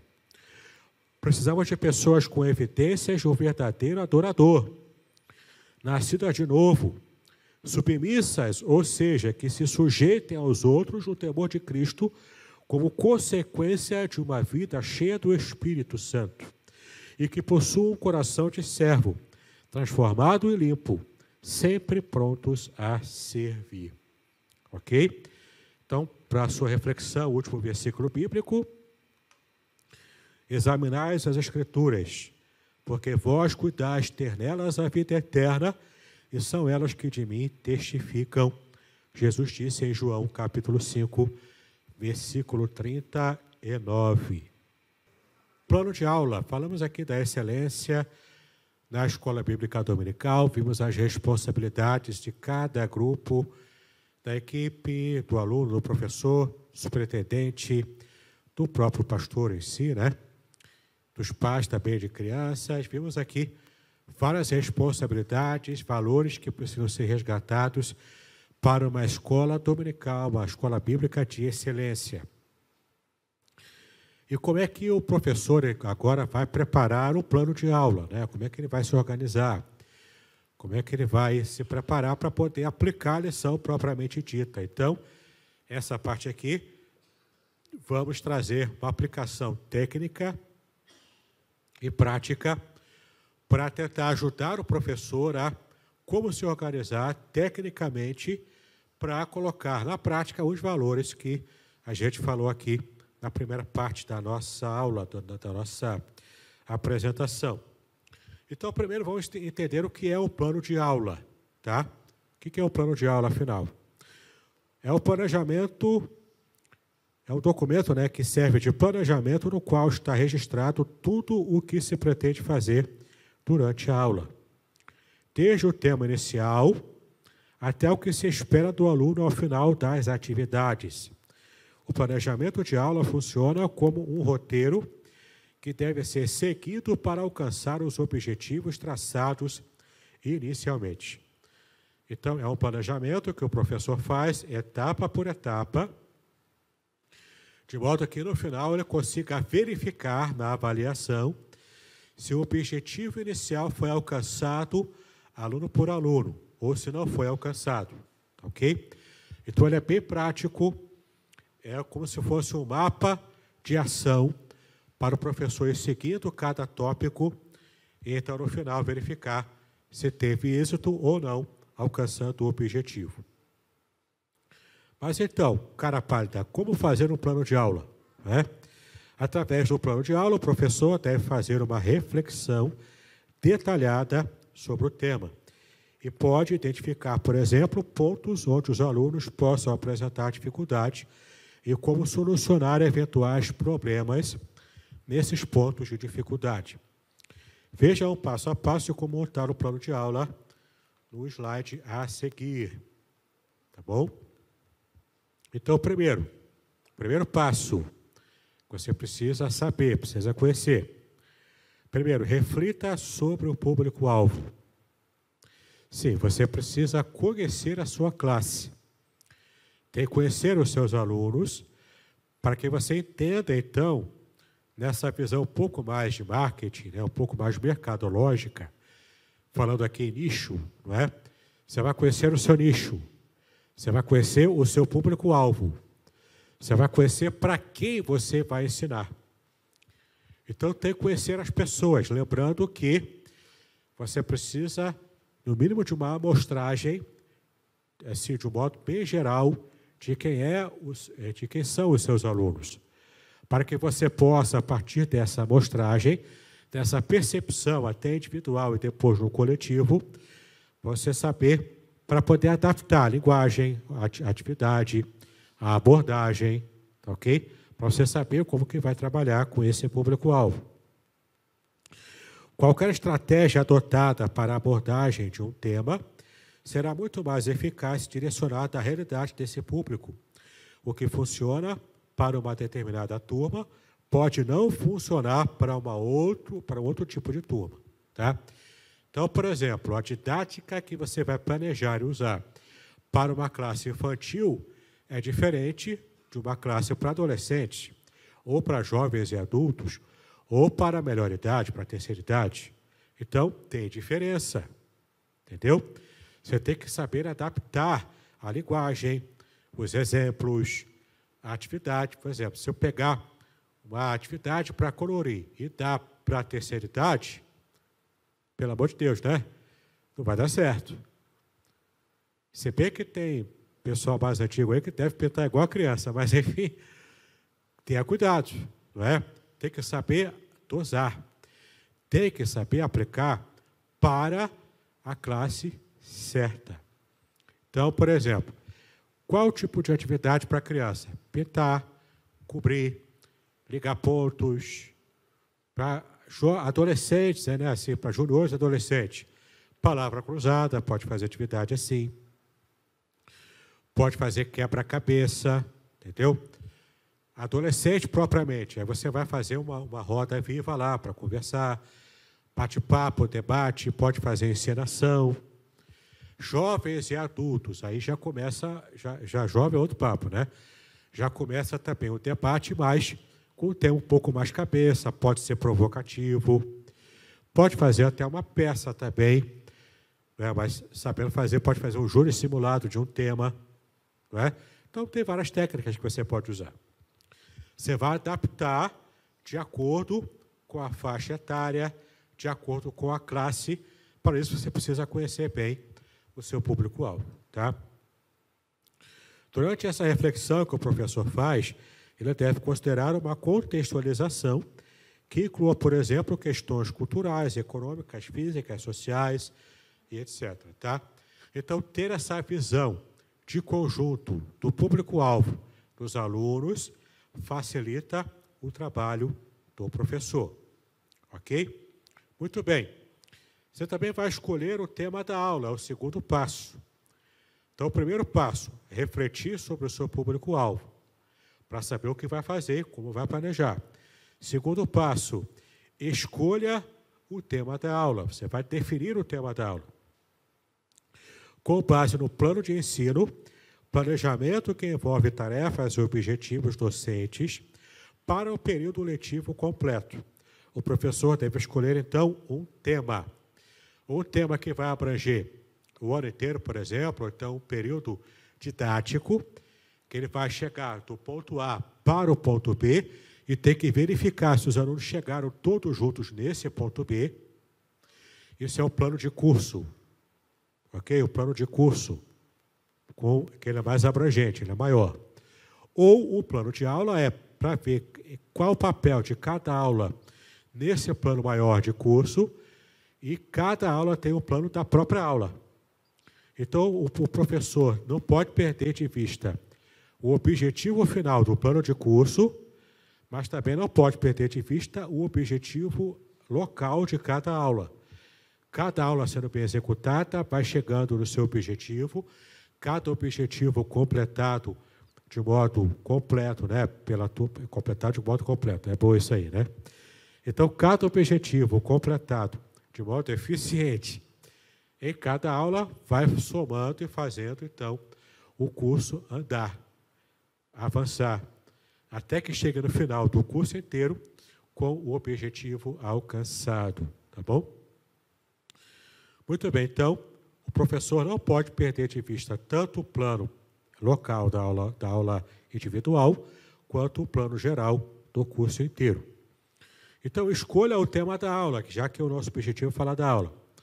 Com base no plano de ensino, planejamento que envolve tarefas e objetivos docentes para o período letivo completo, o professor deve escolher um tema. O tema é a definição daquilo que está abordado na aula. Algo bastante específico dentro de uma classe de escola dominical e que será desdobrado detalhadamente em conteúdos. Então, você pode ver aí, ó, em uma aula para jovens e adultos, por exemplo, Panorama de Gênesis, pode ser considerado um tema de aula que será abordado com o auxílio de uma revista de panorama bíblico adotada pela igreja. Então, a igreja está usando material instrucional, material didático, nesse exemplo aqui, do Panorama de Gênesis. Aquela aula individual vai tratar de modo panorâmico geral do livro inteiro de Gênesis, sem se ater a detalhes, mas dá uma vista geral do livro. Então, esse é o tema, Panorama de Gênesis, ponto. Ok? Esse é o tema da aula. E imaginemos que o plano de curso seja aplicar o panorama da Bíblia inteira até o final do ano, digamos assim, ou até durante 1 ano e meio ou 2 anos. Então, você tem o plano de curso, a Bíblia inteira de modo panorâmico. E você tem, em cada aula, o panorama de um livro da Bíblia completo, de um modo geral. Tá bom? Então, você está de olho no panorama geral do curso inteiro e também está de olho no plano de aula individual. Tranquilo até aqui? Ok? Terceiro passo para esse plano de aula. Defina o objetivo ao ser alcançado depois que você determinou o tema. Então, você já sabe o tema da aula. Você está de olho no tema do curso inteiro. Agora, você vai definir o objetivo ao ser alcançado nessa aula individual. Ok? O objetivo é aquilo que o professor deseja que os alunos aprendam com a aula. Então, você tem um objetivo bem determinado, bem traçado. Não faça objetivos genéricos. Do tipo, o aluno tem que terminar sabendo a Bíblia um pouco mais. Isso é muito genérico. Um exemplo aqui do panorama de Gênesis, né? Você vai ver aqui, ó. Temos aqui 2 objetivos, né? Pode ser mais de um, tá? Então, os alunos devem saber sobre os dados gerais acerca do livro de Gênesis. É o objetivo, os dados gerais aqui. Os alunos devem também estar aptos a conectar o livro de Gênesis com o plano geral de salvação de Deus para a humanidade. Então, perceba, são objetivos focados, são objetivos, são diretos. Não é uma coisa genérica. Não é você tentar fazer, né? Tentar atingir, por exemplo, um pastor que vê um lobo se aproximar do seu rebanho. Pastor de ovelhas, né? Então, esse pastor vê o lobo chegar, aí o que ele faz? Ele pega uma metralhadora, dá rajada para tudo quanto é lugar. Não vai atingir o lobo assim. Como é que ele vai atingir o lobo? Pegando uma arma melhor, pegando talvez uma espingarda, na época de Davi era uma funda, né? Mirando no lobo e atingindo no alvo. Entendeu? Davi só precisou de uma pedra para derrubar Golias. Uma pedra bem colocada, no lugar certo. Entendeu? Não adianta você ter zilhões de objetivos e ficar atirando para tudo quanto é lado. Não, tenha 1 ou 2 ou 3 no máximo, objetivos bem direcionados. Certo? Bem definidos, bem direcionados. Então, você vai ter, inclusive, condições de mensurar se alcançou ou não esses objetivos. Ok? Porque se for algo muito genérico, muito aberto, como é que você vai conseguir comprovar se atingiu ou não o objetivo? Tem que ser objetivo específico. Tá bom? Muito bem. Então, você vê aqui os exemplos. É importante referir que não existe um limite de objetivos por plano de aula, mas, na prática, é bom você não encher de zilhões de objetivos, né? Você seja prático, seja objetivo, coloque 1, 2, 3, 4 estourando, né? Já está bom para você alcançar. Muito bem. O próximo slide aí, defina o 4º passo, defina o conteúdo a ser abordado. Você já tem o tema da aula, você já tem o objetivo específico, ele já vai te dar elemento para lá no final você saber como vai avaliar para perceber se a turma chegou, alcançou ou não a esse objetivo.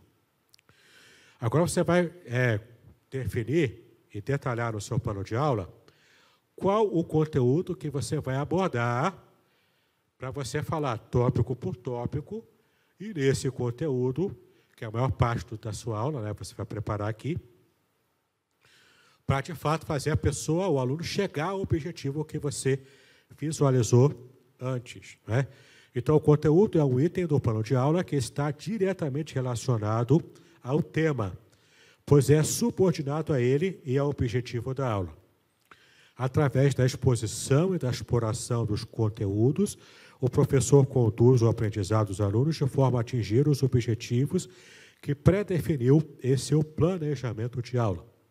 Para o tema, por exemplo, o panorama de Gênesis, o professor pode definir como conteúdo as informações gerais do livro e o papel de Gênesis no plano da salvação, já que foi definido isso nesse exemplo, lá quando você pensou nos objetivos.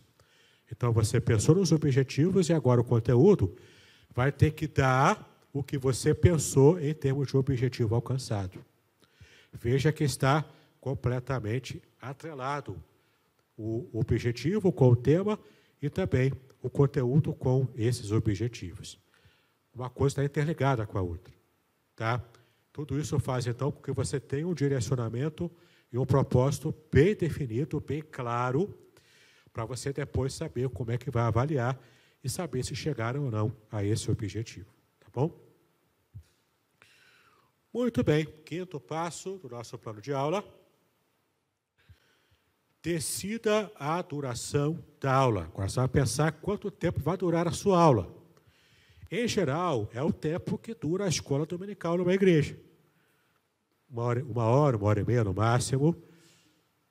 Em geral, 1 hora, né? Você consegue aplicar uma lição completa nesse período. Mas tem escolas que conseguem esticar um pouco mais. Então, o professor precisa ter em mente o tempo que ele vai precisar para aplicar a lição naquele período. Tente, por amor de Deus, o superintendente vai te agradecer se você não ultrapassar o tempo de aula. Tá bom? Especialmente se você estiver, como acontece em muitas igrejas, disputando espaço físico e sonoro com outra classe que está no mesmo ambiente que você. Aí danou-se, né? É um professor brigando com o outro para ver quem fala mais alto. É um aluno também querendo participar e o outro, a outra classe, né? É difícil. Então, superintendente, faça bem o seu papel. Tente dividir classes. Separados, inclusive, geograficamente e acusticamente. Né? Mas, se não for possível, se o ambiente não permitir, se esse é o ideal que ainda não foi alcançado, pelo menos o professor, né, tem que ser instruído para que, de fato, respeite o espaço físico e sonoro da outra classe também. Não é? E o tempo também, né, de duração, para que esteja tudo convergindo para uma unidade só, em termos de se houver um encerramento no final da classe ou não, tem que ter essa coordenação e esse cuidado. Tá? A duração da exploração de determinado tema fica a critério do professor, tendo em conta o conteúdo programático que deve seguir. Não é obrigatório que cada tema seja explorado em uma única aula. Se assim entender, o professor pode, por exemplo, destinar 2 ou mais aulas para a exploração de determinado conteúdo. Isso é numa situação, por exemplo, em que o seu plano de aula não seja de alcançar, por exemplo, a visão panorâmica da Bíblia toda em um tempo curto. Aí não vai ter como ficar esticando Gênesis para 2 aulas. Vai ter que matar a Gênesis em uma aula só. Não é? Mas, então, o professor tem que ter esse feeling, né? Essa visão, além do alcance de Thundercat, para poder perceber o quanto ele precisa adaptar a sua aula de acordo com o seu plano de curso geral e também respeitando o tempo. Tá ok? Muito bem. Próximo slide, você vai ver, é o 6º passo do plano de aula. Selecione os recursos didáticos que você vai usar, que você pode usar, que você pretende usar. E é discriminar mesmo, discriminar lá, ponto por ponto, recurso por recurso. Mas eu preciso fazer isso? Sim, precisa. No plano de aula bem feito, você vai colocar lá discriminado cada recurso desse. Tanto para você saber o que vai usar, e com essa discriminação antecipada, você vai conseguir se organizar e se lembrar. Tem que falar com o superintendente para separar o data show, porque eu vou usar naquela hora tal. Ou para separar a televisão, porque eu vou passar o vídeo. Ou para separar, sei lá, algum outro recurso que você precisa usar. Não é? Você sabendo que vai precisar dele, porque se planejou antes, você já faz a reserva do que precisar fazer antes do tempo, para que não corra o risco de um outro professor pedir primeiro e só ter um data show, e aí como é que fica? Aí complica a situação. Né? Então, aprenda a fazer isso, tá? A se organizar previamente. E então, você vai ter muito mais facilidade para poder usar, inclusive, os recursos parcos que talvez você tenha na sua igreja. Bom, tais recursos também são utilizados para motivar os alunos e incentivar o interesse deles do tema abordado. Tá bom? Então, temos alguns exemplos aqui de recursos que você vai discriminar. Apagador, se você for usar quadro de giz, né, ou quadro de piloto, coloca lá, piloto, apagador, giz, coloca o que tiver. Aparelho de DVD, se for o caso. Cartaz, computador, filme, jogo, mapa, música, projetor, quadro negro ou branco, reportagem, televisão, etc. Né? Aí vai a sua criatividade e do recurso que você tiver à mão para você poder usar.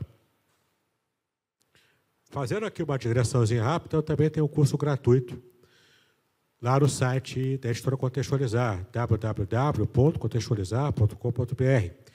Ali você também vai ver um curso gratuito aplicado à pregação, em que eu ensino, baseado num outro livro que eu tenho publicado, chamado A Semente e a Palavra.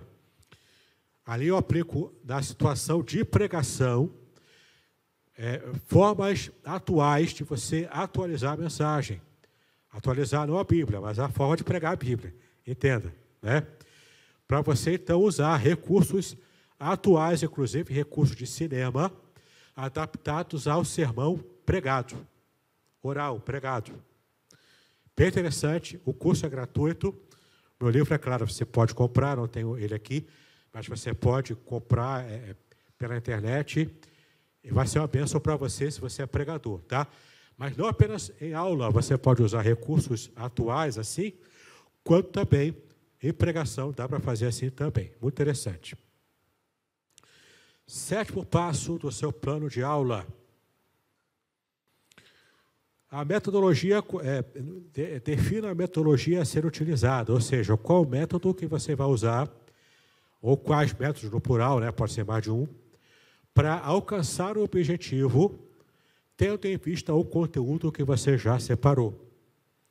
Então, a metodologia consiste nos métodos escolhidos pelo professor para orientar o aprendizado do aluno. Então, se você separou quadro branco, pilô e apagador, você já sabe que você vai usar isso. Então, isso é parte da metodologia. Você vai colocar lá no quadro os pontos que você quiser destacar.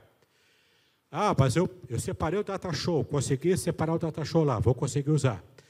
Então, beleza, você vai preparar antes o quê? O PowerPoint, o vídeo que você quer usar, enfim, né? O recurso que você vai usar, tem que preparar antes. Então, isso também entra na metodologia, é a exposição pelo data show. Você quer fazer uma dinâmica de grupo? Aí, beleza, nessa dinâmica vai precisar do quê? Vai precisar de bexiga para fazer uma dinâmica lá? Vai precisar, sei lá, de plumas e paetês, né? Vai precisar disso? Separa antes, coloca lá nos materiais que você vai usar e agora já sabe que em determinado momento da aula você vai usar essas plumas e paetês que você já separou. Não é? Vai fazer o teatro, vai ter caracterização, vai ter o figurino, né? Meio que adaptado, mas vai ter. Então, você vai, por exemplo, fingir no teatrinho lá na classe que é uma roupa de época da Bíblia, né? Então, leva lá os lençóis lá, enrola lá a pessoa e finge que aquele é o roupão da Bíblia lá, que é o vestido da Bíblia, né? Beleza, você se preparou antes, você se organizou para fazer isso, né? Então, você vai separar, dentro do material que você já escalou e separou lá, agora você vai definir a metodologia que você vai usar. No próximo slide, você tem exemplos aí de metodologia. A aplicação de exercícios práticos, como a gente vai fazer daqui a pouco. Aula expositiva, como já fizemos no primeiro tempo e até agora. Dramatização, que é o teatrinho, né, na escola. Um estudo de caso, ou seja, o professor traz uma história narrada, ou um caso real ou fictício. Se for um caso real, por amor de Genésio, faça bem a você e a sua família. Não cite nomes. E não use exemplos de pessoas que fazem parte da igreja local. Mesmo que você não cite o nome de gente que o povo conhece, alguém pode se lembrar e conectar. Olha, está falando de fulano aí, não é? Pegue exemplo inventado, exemplo de uma outra igreja, de internet, e se for exemplo real, mude o nome, coloque o nome fictício. Pode até avisar antes, ó, o nome aqui é fictício, né? Mas não coloque o nome de ninguém, para evitar problema, inclusive, para a sua vida, tá? E problema da igreja, né? Creio que os pastores da igreja de vocês não vão querer enfrentar processo lá na justiça por causa de problemas desse tipo, né? Então, faça um favor a você mesmo, ao seu pastor, à sua igreja, e evite esse problema, tá ok? Então, o estudo de caso também é legal. Você conta um caso, em geral, um caso problemático, e vê qual é a opinião dos alunos, como resolver o tal caso. Um estudo dirigido também, você traz o tema, você traz tópicos para discutir, e você vai, então, dirigindo a discussão desse estudo, desse tema. O estudo propriamente do texto, seja texto bíblico, direto da Bíblia, né? Sem interferência de revista ou comentarista fora da Bíblia, ou o outro texto também. Um texto de um filósofo, um texto de um poeta, uma poesia, sei lá, não é? Que tem a ver com o tema, que tem a ver com o seu objetivo na aula. Pode também usar o mapa conceitual. O mapa conceitual não é mapa geográfico, não. Embora se a aula precisar de geografia bíblica lá para explicar os locais, distanciamento de cada local, você pode usar o mapa mesmo, não é real. Mas aqui é um mapa mental, ou um mapa conceitual. Você vai fazer um esquema desenhado nesse mapa de quais ideias estão subordinadas às outras. Então, nesse entrelaçamento de ideias originais e subordinadas, você então vai ter esse mapa conceitual para quem está te ouvindo, né? Então, olhando para esse mapa, os seus alunos vão conseguir entender melhor o assunto. É como se fosse um esboço em termos de conceito, em termos desse mapa aí. Pode fazer um painel também. O painel, vários alunos estarem estudando uma parte do tema e apresentando, né, que é próximo aqui também de um seminário. Então, pode ser um tema só, com várias perspectivas, por exemplo, uma visão psicológica de um personagem da Bíblia, uma visão geográfica, mesmo geografia bíblica, pode usar uma visão conceitual da teologia, enfim, né? Você vai dividindo por áreas o mesmo tema bíblico, o mesmo personagem bíblico. E então, você faz esse painel com a ajuda dos alunos. Pesquisa de campo, ou seja, num domingo, claro, com a conversa lá entre o pastor e o superintendente, você, em vez de fazer a aula na igreja, você combina lá, olha, classe tal, domingo tal, pastor e superintendente, me libera aí, porque eu vou levar os meus alunos para o parque, para o zoológico, para uma outra igreja que tem a ver com o tema. Não é uma coisa jogada assim a esmo, não. Tem que ter objetivo. Por que vai para o zoológico? Geralmente é criança que vai para o zoológico. Imagine que a aula é sobre a criação de Deus, né? Os 7 dias da criação. Então, vai levar a criança para o zoológico para ver lá os animais em cativeiro. Aí você vai explicar para eles, Deus criou os animais livres e não em cativeiro, né? Mas vai mostrar os animais ali, ao vivo e a cores. Claro, o professor vai levar a criança, os pais têm que ir junto. O pastor tem que ter uma visão assim de águia para perceber o quanto isso é bom para a formação da criança. Porque ele vai perder a presença das crianças e dos pais também nesse dia na escola bíblica dominical, não é? Mas se o pastor tiver uma visão de águia, visando sempre o futuro e a formação cristã dessa criança, ele vai conseguir liberar isso aí, tá bom? Pode também fazer o próprio seminário, que é cada aluno separando um tema, uma parte do tema geral, e o aluno dando a aula aqui. E o professor, então, vai avaliar o desempenho, tirar dúvidas e ajudar na coordenação desse seminário. Por fim, solução de problemas. O professor traz o problema, joga no ar o problema e vê a discussão entre os alunos ou até entre grupos de interesse. Cada grupo discute o mesmo problema, depois faz o choque da solução que cada grupo chegou. Também é uma dinâmica interessante essa aí, né? Então, são métodos de ensino que você pode diversificar para poder dinamizar a sua aula. 8º passo do seu plano de aula. Escolha como avaliar o aprendizado dos alunos. Agora é o arremate. Agora é o feedback. Você deu tudo para o aluno até agora. Agora o aluno vai responder te dando alguma coisa. E nessa resposta que ele vai te dar, você vai avaliar se a sua abordagem foi adequada ou não. Se houve aproveitamento ou não de tudo que você ensinou para o seu aluno. Se a atividade que você propôs teve resposta positiva, negativa ou indiferente. Então, você precisa avaliar agora, ok? A conclusão de uma aula dá-se com a etapa de avaliação, momento onde o professor considerará a real assimilação do conteúdo por parte do aluno. Essa etapa também tem como finalidade avaliar se os objetivos pré-definidos pelo professor foram definitivamente alcançados ao final. Há diversas maneiras de realizar essa avaliação. Alguns exemplos aqui. Como que o professor vai analisar e avaliar se teve êxito, né, na sua aula? Vai perceber, por exemplo, a participação ou não do aluno em sala de aula. Se o aluno foi ativo, se fez pergunta, se fez comentário, se disse sim para as propostas do professor em termos de atividade. Então, vai avaliar a participação de cada aluno individualmente na classe. Pode fazer a prova escrita também, pode elaborar uma prova lá, uma atividade, valendo nota, é fictícia, né? Porque ninguém vai repetir de ano ali, mas pode fazer uma prova, por que não? Né? Faz uma avaliação real, como se fosse uma escola, um secular, um seminário. Pode fazer prova oral também, pode chamar o aluno individualmente, fazer perguntas, uma pergunta para cada aluno para ver qual é, né? Para ver se ele realmente está prestando atenção ou só mexendo no celular, fingindo que estava lendo a Bíblia, né? Vou fazer isso na igreja também. Fica de olho, certo? Pode fazer exercícios de fixação. Faz o exercício, vê como é que o aluno fez o exercício e, de repente, corrigir na semana seguinte, não é? É possível também. Trabalho feito em sala de aula.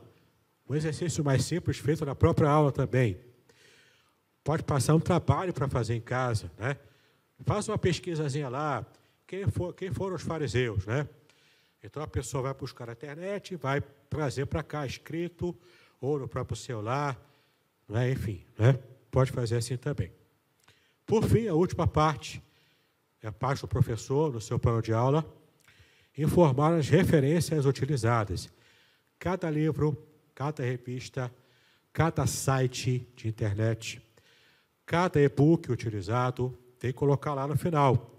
Se você for criterioso, vai, inclusive, usar essas referências no modo da ABNT, que é a Associação Brasileira de Normas Técnicas.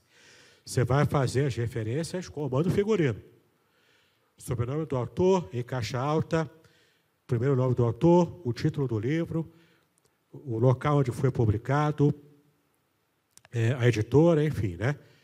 Vai colocar direitinho lá. Tudo bonitinho. Ah, eu não sei fazer, então beleza. Você não sabe, faz o que sabe. Mas se quer ser exemplar com o professor, procura aprender, procura saber como que se faz essa citação bibliográfica pelas normas técnicas. Não é tão difícil assim, tá? Faz esse trabalho, então você vai ter lá o modelo de aula, né, o plano de aula bem executado, bem feito, tá bom? Então, você tem esse modelo especial que você vai ver agora, nosso último slide. Epa, não abriu? Aqui não está abrindo. Não há problema, porque você recebeu o papelzinho aí, não é? Você tem aqui o modelo do plano de aula, do seu papel. Esse modelo aí, desse plano de aula, você tem um espaço para o professor. Aqui você vai escrever o seu nome naturalmente. Não é? Você vai escrever o seu nome aí. Qual é o nome da sua classe? Você vai colocar aí embaixo. Classe Cordeirinhos de Cristo. Classe Florzinha de Jesus, né? Vai botar aí. Qual é a sua classe? Aí, logo abaixo, na tabela, você vai agora colocar aí. Qual o tema da aula? Coloca o tema aí. Os objetivos depois, logo embaixo. Você vai discriminar quais os objetivos dessa aula. Os conteúdos, ou seja, o que você vai abordar. Tendo em vista o objetivo que você criou, Vai pensar agora no conteúdo que você vai colocar, tópico por tópico. Primeiro eu vou ensinar isso, depois eu vou ensinar aquilo outro, depois aquilo outro. Você tem, então, 3 tópicos principais, por exemplo, com subtópicos ou sem subtópicos, não tem problema. Mas você tem aqui o esquema de todo o conteúdo do que você vai abordar em sala de aula. Logo abaixo, a duração, quanto tempo você presume que vai levar para aplicar esse conteúdo, essa aula completa. 1 hora, 1 hora e meia, não sei o tempo que você vai dispor. Recursos didáticos. O que você vai usar de material? É quadro negro? É data show? É televisão? É fantasia de época para poder fazer o teatrinho? O que você vai usar? Você já vai separar aqui os recursos didáticos que você vai usar. Metodologia está atrelada ao recurso didático. O que você separou como recurso, você vai agora discriminar qual vai ser a sua metodologia. Você vai agora descrever. É uma dinâmica de grupo? Ok. Você vai usar o balão? Ok. Como é que você vai fazer agora? Qual é a atividade? Você vai resumir aqui. Para que ou você se lembre na hora, para que não esqueça, ou se uma outra pessoa, imagine que você tenha lá uma dor de barriga e não consiga dar aula. Você vai pedir para o seu professor auxiliar, e é bom que você tenha um professor auxiliar, que ele aplique a lição no seu lugar. Ora bolas, você já tem um plano de aula pré-definido e o seu professor auxiliar participou do planejamento do seu plano de aula. Então, se você faltar na hora, por algum motivo, o seu auxiliar vai ter plena condição de aplicar a lição completamente como planejado, conforme vocês fizeram antes. Entende? Por isso é bom você discriminar aqui, para ficar claro para você qual vai ser a atividade nessa metodologia. Inclusive, se alguém for te substituir, ele vai também saber como fazer, caso você não possa ir. Tá ok? A avaliação, aqui você vai dizer como vai avaliar o que você ensinou, alcançando ou não o objetivo que você planejou, e, por fim, a parte técnica aqui, colocando as referências, os livros que você usou, o site que você usou, enfim, vai colocar aqui o que é necessário, tá bom? Quer perguntar, Simone? Diga.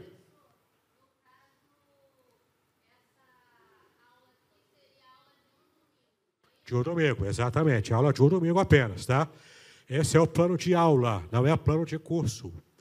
O plano de curso é um planejamento até parecido com esse, mas não tem os objetivos ou, por exemplo, metodologia. Isso aqui não vai colocar no plano de curso porque ele é mais abrangente.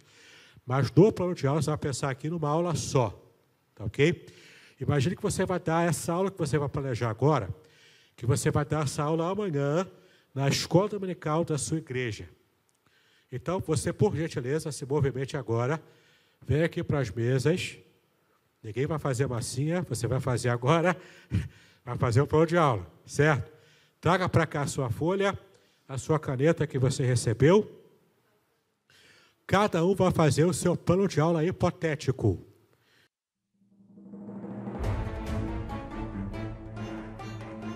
Muito bem, agora o que eu gostaria de ver é a sua participação. Entre em contato comigo, compartilhe a sua experiência comigo e quem sabe até se você enviar em formato de áudio, eu possa aproveitar a sua experiência para apresentar no próximo episódio do podcast Exegese e Exposição. Eu sou Davidson Bignon e eu ajudo pastores e líderes cristãos a fazer estudos bíblicos da igreja, sem terem problemas com interpretações erradas. Se você então está pensando em compreender a sua Bíblia com segurança, não deixe de assistir a mais episódios como este aqui. Então, assine o canal, acione o sininho, curta, comente e também compartilhe. Ajude-me a ampliar o alcance com estudos bíblicos de qualidade na internet. Que Deus abençoe os seus estudos, paz e bênçãos sobre a sua vida.